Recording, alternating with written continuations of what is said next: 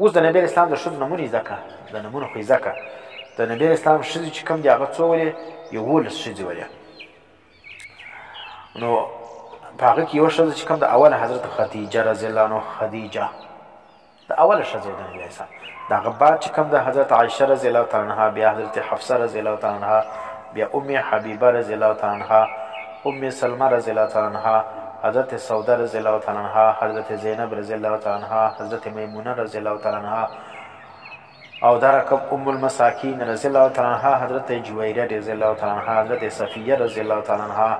دا 11 ښځې چې کوم دا په مرکات کې ذکر شوي دي. نو دا 11 ښځې چې ول دا د نبی علیه السلام ولې.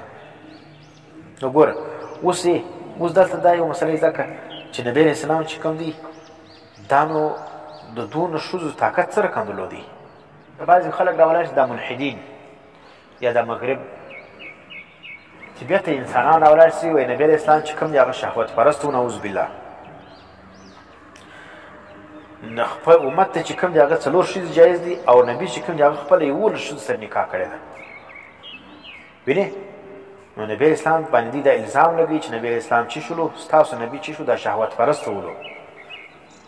نو ځکه نور ته د 4 جواز ورکړی او خپله 11 ښځې کړي ولې. موږ ته نبی اسلام چې کوم دی ته په دې سره خلاص کړه. نبی اسلام ته الله څونه طاقت ورکړی ولو، ده چې څومره برداشت کړی و او څومره قدر تکلیف یې پر ځان تېر کړی وي دا بل چا څوک نشي کولی. نو دغه فرمایي مرکات یې کړی وی قیل لانس او کان یطیقه، وایي چا ویل حضرت انس لره چې نبی اسلام د دې طاقت درلودی د 11 ښځو. نو فقال دی فرمایي کنا نتحدث انه اعطى قوة 30 رجلا.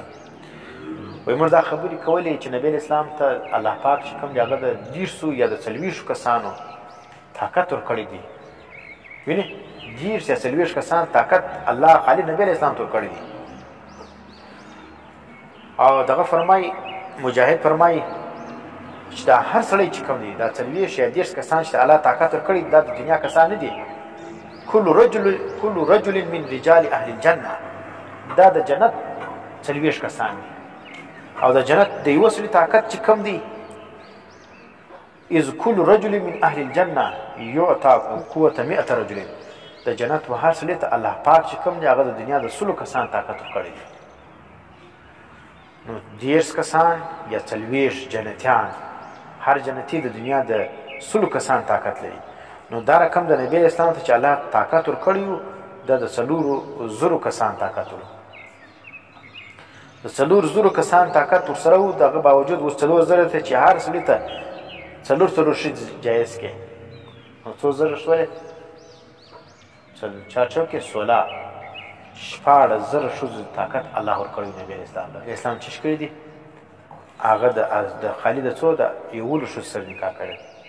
نو دا په څومره ضبط لري، څومره قدر قوت چې کوم دی هغه د کنټرول کړی و او څومره شهوت دفاع کړی ولو.